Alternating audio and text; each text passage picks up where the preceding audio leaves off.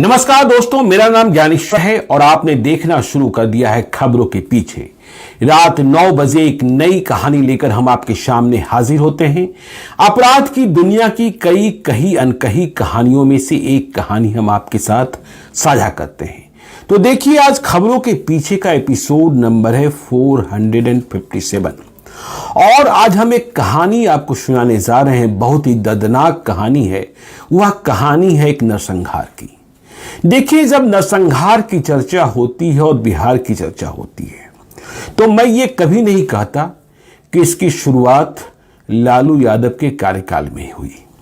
इसकी शुरुआत, या यूं कहें कि इसका निरंतर नरसंहार का सिलसिला कांग्रेस के राजपाट से ही चला आ रहा था। आज आपको हम कहानी सुनाने जा रहे हैं। जब भी नरसंहार की कहानियों की बात होती है तो औरंगाबाद के दलेलचक बघौरा का जिक्र जरूर आता है। राजपूतों का गांव है। मदनपुर थाना क्षेत्र तब था और यह कहानी है 29 मई 1987 का। देखिए, तब मैं पत्रकारिता में नहीं आया था पूर्ण रूपेण, लेकिन जब मैं बाद में आया और मुझे लगा कि क्राइम रिपोर्टिंग मुझे करनी है तो मैंने कई पुराने नरसंहारों को समझा था और उनकी कहानियों को अपनी डायरी में कलमबंद किया था। डायरी के उन्हीं पन्नों से आज आपको हम कहानी सुनाते हैं। तो देखिए, 29 मई 1987 को बिहार के मुख्यमंत्री बिंदेश्वरी दुबे थे, कांग्रेस के। डॉक्टर जगन्नाथ मिश्रा को हटाकर बने थे। डॉक्टर जगन्नाथ मिश्रा असंतुष्ट हो गए थे, राजीव गांधी से भी नाराज रहने लगे थे। तब कांग्रेस में राजीव गांधी ही सब कुछ थे। तो देखिए, जो कहानी है दलेलचक बघौरा की, इसे छोटकी छेछानी का बदला भी कहा जाता था। लेकिन पहले हम आपको नरसंहार के दिन की, मतलब नरसंहार तो रात को हुआ था, उस कहानी को साझा करते हैं। 29 मई 1987 रात के 8 बजे के करीब मदनपुर थाना जो औरंगाबाद में है, उससे कोई 4 किलोमीटर की दूरी पर ही ये दोनों गांव दलेलचक और बघौरा, ये दोनों गांव राजपूत जाति के लोगों का गांव, मतलब वर्चस्व। तो यहां 29 मई 1987 की रात करीब 8 बजे 700 लोगों की संख्या में, सोचिए कितने लोग जमा होते थे नरसंहार करने के लिए। ये एमसीसी वाले थे और इनका संघर्ष चल रहा था, हिंसक संघर्ष चल रहा था बड़ी जाति के लोगों से। तो 700 की संख्या में लोग, हथियारबंद लोग, बिल्कुल जुलूस की शक्ल में नारा लगाते हुए छोटकी छेछानी का बदला लेकर रहेंगे, घुस जाते हैं दलेलचक बघौरा में। 2 गांव, और दोनों ही गांवों में घुसते ही इनकी हिंसक कार्रवाई शुरू हो जाती है। गांव में ऐलान किया जाता है कि जो लोग भी हैं वे बचेंगे नहीं, सभी के सभी मार दिए जाएंगे। जैसे ही ये गांव के करीब पहुंचते हैं, हंगामा शुरू होता है। कुछ लोग भागने की कोशिश करते हैं, लेकिन भाग कहां कोई पाता, इतनी बड़ी संख्या में लोग आए। तो देखिए, उस रात सरकारी आंकड़ा तो पहले कहा गया कि 41 लोगों को ही मारा गया, मतलब 41 लोगों का नरसंहार हुआ, जिनमें 16 बच्चे थे।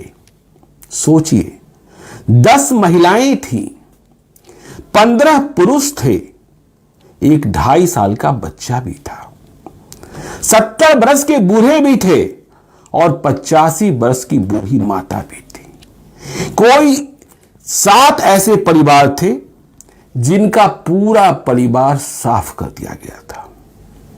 और कैसे 700 की संख्या में आए इन उग्रवादियों ने, एमसीसी के नक्सलियों ने पहले उन लोगों को पकड़ा जो घरों से बाहर निकलकर भाग रहे थे, और पकड़े जाने के बाद उनके दोनों हाथ पीठ की ओर बांध दिए और फिर सभी के सभी का गर्दन नृशंसता के साथ रीत दिया।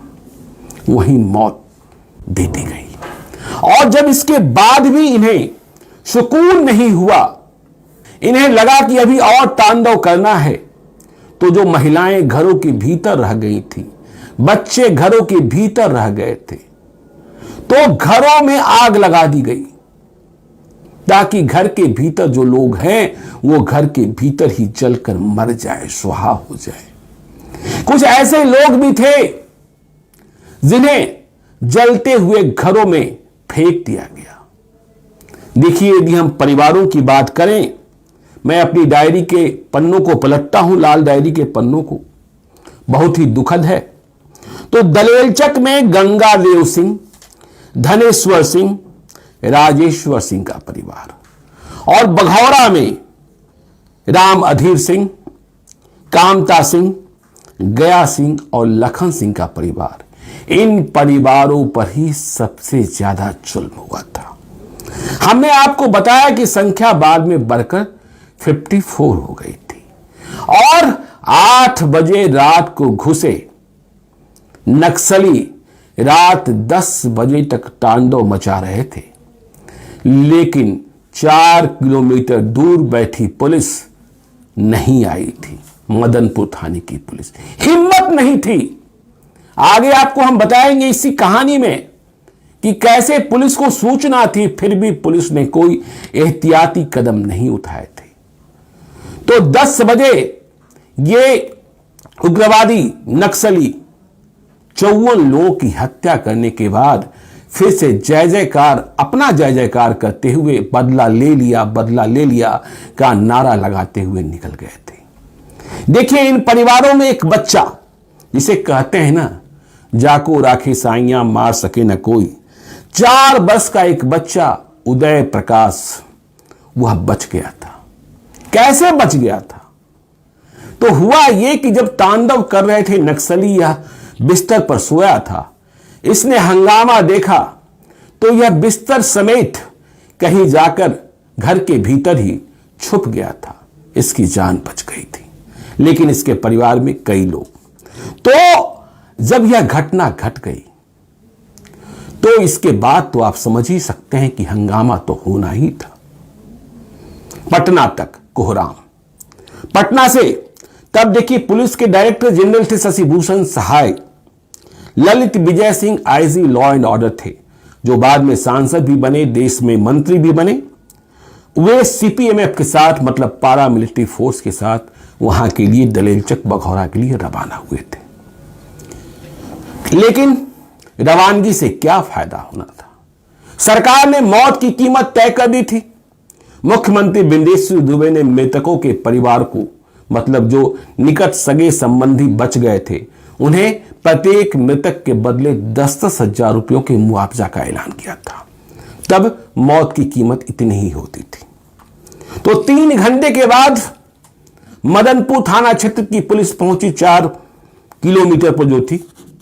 इसके बाद और आपको बताएं, जिला से औरंगाबाद जिला पुलिस जो 25 किलोमीटर दूर बैठी थी, उसे भी पहुंचने में 7 घंटे लगे थे। डीएम साहब का तो कहना ही क्या, वे तो सुबह 8 बजे, अगले दिन सुबह 8 बजे पहुंचे थे। अब जब यह हंगामा हुआ तो अगले दिन मुख्यमंत्री भी पहुंचे, बिंदेश्वर दुबे भी, और विपक्ष के नेता कर्पूरी ठाकुर हुआ करते थे, वे भी दिल्ली से सीधे आए और गांव का दौरा किया।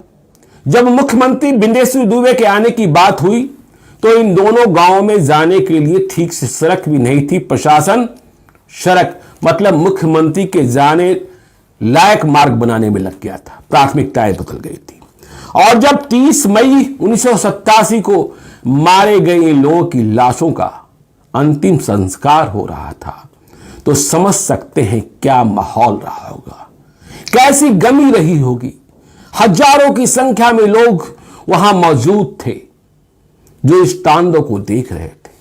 कई लोग लाश चिता को प्रणाम कर टीका लगा रहे थे। टीका किस बात का लगा रहे थे? बदले का टीका लगा रहे थे। तो अब समझिए, इस बात को राजनीति तो होनी ही थी। डॉक्टर जगन्नाथ मिश्रा, जिनके बारे में हमने कहा कि असंतुष्ट कांग्रेसी नेता थे, वे कह रहे थे कि यह राज्य सरकार की लापरवाही का परिणाम है और राज्य सरकार, मतलब बिंदेश्वर दुबे को मुख्यमंत्री बने रहने का 1 मिनट भी अधिकार नहीं है। हम ये क्यों आपको कहना चाहते हैं कि इस नरसंहार को रोका जा सकता था, लेकिन नरसंहार को रोकने की कोशिश नहीं की गई। इसकी पृष्ठभूमि क्या थी? देखिए, हमने इस कहानी के प्रारंभ में भी बताया कि नक्सली कह रहे थे छोटकी छेछानी का बदला लेंगे। तो छोटकी छेछानी एक और गांव औरंगाबाद का, औरंगाबाद में नक्सलियों का तांडव और साथ में बड़ी जाति के लोगों के साथ संघर्ष। तो छोटकी छेछानी गांव में क्या हुआ था कि 19 अप्रैल 1987 को, मतलब कोई 40 दिनों पहले, सुबह मतलब दिन में ही एक राजपूत जाति के दबंग केदार सिंह की हत्या कर दी गई थी। केदार सिंह की हत्या हो गई, लोग गुस्साए, केदार सिंह भी दबंग थे। तो इसके बदले में, मतलब केदार सिंह की हत्या के बदले में 2 घंटे बाद ही मुसाफिर जादव और राधे जादव के परिवार के 7 सदस्यों की हत्या कर दी गई। इसे छोटकी छेछानी कांड कहा गया था। मुसाफिर जादव और राधे जादव को एमसीसी का समर्थक माना जाता था। तो अब यह कहा जाने लगा कि नहीं, नक्सली इसका बदला तो लेंगे ही लेंगे, और यह चर्चा खुलेआम थी, ऐसा भी नहीं कि कोई नहीं जान रहा था। नक्सलियों का ट्रेंड भी था कि वे बदला लेते हैं। देखिए, 29 मई 1987 को घटना घटती है। उसके पहले जब घटना स्थल पर लोग गए थे तो लोगों का कहना था कि मदनपुर थाना जहां है वहां एक बाजार हाट हुआ करता था। वहां 1 हफ्ता पहले नक्सलियों ने एक पर्चा बांटा था जिसमें यह लिखा हुआ था, छेछानी का बदला लेके रहेंगे, 7 का बदला 70 से लेंगे। लेकिन इसके बाद भी प्रशासन नहीं चेता था। परिणाम कितना भयावह हुआ, इस बात को आप समझ सकते हैं। तो देखिए, पृष्ठभूमि में और लापरवाही। मुख्यमंत्री बिंदेश्वरी दुबे जब पहुंचे थे तो जो मारे गए लोग थे उनके परिवार वाले कह रहे थे, जब बिंदेश्वरी दुबे और कर्पूरी ठाकुर का आगमन हुआ था, कर्पूरी ठाकुर पहले आ गए थे, बिंदेश्वरी दुबे बाद में आए थे, 1 घंटे का फासला था, तब भी गांव के उन घरों में जिनमें आग लगाई गई थी वह आग पूर्ण रूप से बुझी नहीं थी। आगों को बुझाने के लिए फायर ब्रिगेड की गाड़ियां बुलाई गई थी। समझ सकते हैं कि आग की भयावहता कितनी थी, और जब इस तरीके की आग में जिंदा लोगों को नक्सलियों ने फेंका था तो उनकी मौत किस कदर हुई होगी। तो देखिए, लोगों का गुस्सा इस बात का था कि जब छोटकी छेछानी कांड हुआ, पहले केदार सिंह की हत्या हुई 19 अप्रैल 1987 को, तो केदार सिंह की हत्या में शामिल जितने लोग थे उन्हें तो बरी कर दिया गया, मतलब उनके खिलाफ पुलिस ने कार्रवाई करने में चूक की, रिपोर्ट फाइनल कर दिया। लेकिन केदार सिंह की हत्या के बदले मुसाफिर जादव और राधे जादव के 7 लोगों की जो हत्या हुई उसमें बहुत कड़ी कार्रवाई की गई, मतलब राजपूतों पर कार्रवाई हुई, जिसका परिणाम यह रहा कि एमसीसी को लगा कि मुझे मजबूती मिली है और मौका है कि इन्हें सबक सिखाते हैं। तो सबक दलेलचक बघौरा में सिखा भी दिया गया। प्रशासन को सचेत होना इसलिए भी चाहिए था कि दलेलचक बघौरा के लोगों ने 2 दिनों पहले इस बात की सूचना पुलिस को दी थी कि गांव में हमला हो सकता है, और यह इस कारण दिख रहा था कि इस गांव के इर्द गिर्द मदनपुर थाना क्षेत्र के ही वैसे गांव जहां नक्सलियों का समर्थन था, मतलब नक्सली समर्थन पाते थे, जैसे चिरैयातार, उलनादी, लालटेनगंज, बकीलगंज, जमुनिया, चिलमी, यहां रहने वाले वैसे लोग जो स्वयं को एमसीसी का समर्थक मानते थे, वे गांव छोड़कर जा चुके थे। यह इस बात को बता रहा था कि नक्सलियों की तैयारी बड़ी है, और वे इस बात के लिए भी तैयार हैं कि यदि हम किसी बड़े नरसंहार को अंजाम देंगे तो इसके बदले में तुरंत ये बड़ी जाति के लोग नरसंहार कर सकते हैं, इसलिए अपने लोगों को बचाया जाना है, इसलिए गांव छोड़कर चले गए थे। एक और बात समझिए कि जो आप कहते हैं खुफिया तंत्र कितना फेल था। 700 लोग इकट्ठा होते हैं, कहीं तो इकट्ठा हुए। 700 लोग जुलूस बनाकर चलते हैं, रात को 8 बजे दलेलचक बघौरा पहुंचते हैं और 700 लोग जमा हो, आपको पता न चले। जबकि आप तो हर बात में प्रशासन क्या करता है, 144 5 लोगों से अधिक इकट्ठा नहीं होना है, लेकिन यहां तो 700 लोग हथियार बंद और पूरी व्यवस्था के साथ कि गला कैसे रिता जाना है, घरों में आग कैसे लगाई जानी है, हत्या करने के बाद कहां जाना है, यह सारी व्यवस्था करके जाते हैं। तो देखिए, जो दलेलचक बघौरा कांड हुआ उसमें कहा गया कि इस दस्ते को जो यहां धावा बोलने आया था, उसमें एमसीसी के जो उग्रवादी लीड कर रहे थे उनके नाम लिए गए संजय दुसाद, मनई दुसाद, दनई दुसाद, बंसी यादव और चंदू यादव। जब बिंदेश्वरी दुबे वहां पहुंचे मुख्यमंत्री के तौर पर, उनके साथ जगतानंद भी गए थे, वे भी डीजी लेवल के पुलिस पदाधिकारी। तो उन्होंने, आप समझ सकते हैं, नेता तो मातम पुरसी करते हैं, कार्रवाई की बात करते हैं और कहते हैं कि न्याय मिलेगा। न्याय मिलता है कि नहीं मिलता है यह तो आप समझते ही हैं। तो बिंदेश्वरी दुबे ने कहा कि औरंगाबाद और जहानाबाद की स्थिति को हम समझते हैं, यहां नक्सलियों का तांडव और साथ में बड़ी जातियों के साथ संघर्ष बहुत अधिक है, लगातार घटनाएं घट रही हैं, इसलिए हमने फैसला किया है। देखिए, यह घोषणा हो रही है 31 मई 1987 को कि हम जहानाबाद और औरंगाबाद को मिलाकर पुलिस रेंज बनाएंगे। आज हम 2022 में हैं, क्या जहानाबाद औरंगाबाद कभी पुलिस रेंज बना? नहीं बना ना। तो मुख्यमंत्री की घोषणाएं इसी तरीके से होती हैं, घटना स्थल पर आप कुछ भी कह दीजिए। कर्पूरी ठाकुर ने तो विपक्ष के नेता की हैसियत से जो बातें कहनी थी कि हां सरकार निकम्मी है, उन्होंने कहा ही था।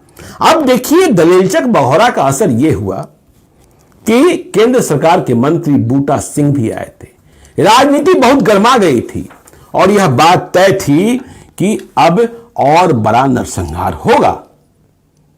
जो मारे गए लोग थे, उनके परिवार वाले जो बचे हुए थे, और फिर वैसे लोग जो नक्सलियों से लोहा ले रहे थे। ऐसा नहीं था कि सिर्फ एमसीसी ही नरसंहार कर रहा था, एमसीसी वाले तो यह भी कर रहे थे कि वे कचहरियों में घुसकर जो बड़ी जाति के या यूं कहें कि जमीन के मालिक थे, उनकी हत्याएं करते थे और कहते थे कि हम गांव में सामाजिक सत्ता स्थापित करना चाहते हैं। खैर, उनकी नीति, खूनी संघर्ष की बातें। तो ये दलेलचक बघौरा इतना बड़ा नरसंहार हुआ कि बिहार हिल गया था, समझ ही सकते हैं। 54 लोगों की हत्या, बच्चे भी नहीं बख्शे गए, 16 बच्चे, 10 महिलाएं, 15 पुरुष, 2.5 साल का बच्चा। तो नरसंहार चल ही रहे थे। यह तो नरसंहार जो है 2000 के बाद, या यूं कहें कि जब लोगों को बड़ा ये लगता है कि मैं क्यों ऐसी बातें करता हूं, लेकिन ये सच है कि नक्सलियों को रोकने में सरकार की भूमिका कितनी रही, लेकिन नक्सलियों को जवाब देने में रणबीर सेना की बड़ी भूमिका रही। रणबीर सेना ने यह प्रतिस्थापित किया कि यदि आप मारोगे, सरकार आपको नहीं रोकेगी तो हम मारेंगे। इसके बाद ही नरसंहार का दौर कम हुआ। फिर बिहार में सत्ता परिवर्तन हुआ, इसके बाद सरकार ने नई नीति पर काम किया, तो जाकर थोड़ी शांति हुई। अब तो इस तरीके के नरसंहार नहीं होते हैं और होने भी नहीं चाहिए। तो दलेलचक बघौरा की कहानी आज आपको हमने सुनाई है। इसी तरीके की कहानियां लेकर हम आपके सामने हाजिर होते रहते हैं। आप देखते रहिए खबरों के पीछे को। यदि अब तक आपने हमारे YouTube चैनल खबरों के पीछे को सब्सक्राइब नहीं किया है तो जरूर कर लीजिएगा, और यदि इस वीडियो को फेसबुक पेज के माध्यम से देख रहे हैं तो पेज को लाइक कीजिएगा। एक और अनुरोध कि यदि आप मुझसे कोई कहानी सुनना चाहते हैं, मुझे कोई कहानी बताना चाहते हैं, कोई भूल सुधार चाहते हैं या सीधे तौर पर संपर्क करना चाहते हैं तो आप हमें gyaneshwarlive@gmail.com पर मेल कर सकते हैं। मेल करते वक्त आप अपना नंबर भी जरूर लिखकर भेजिए, जरूरत होने पर हम आपसे संपर्क करेंगे। आपकी पहचान को हम तब तक गोपनीय रखते हैं जब तक आपसे अनुमति न प्राप्त कर लें। तो आज के लिए इतना ही, हमें दीजिए इजाजत। मिलते हैं एक नई कहानी के साथ बहुत जल्द। धन्यवाद।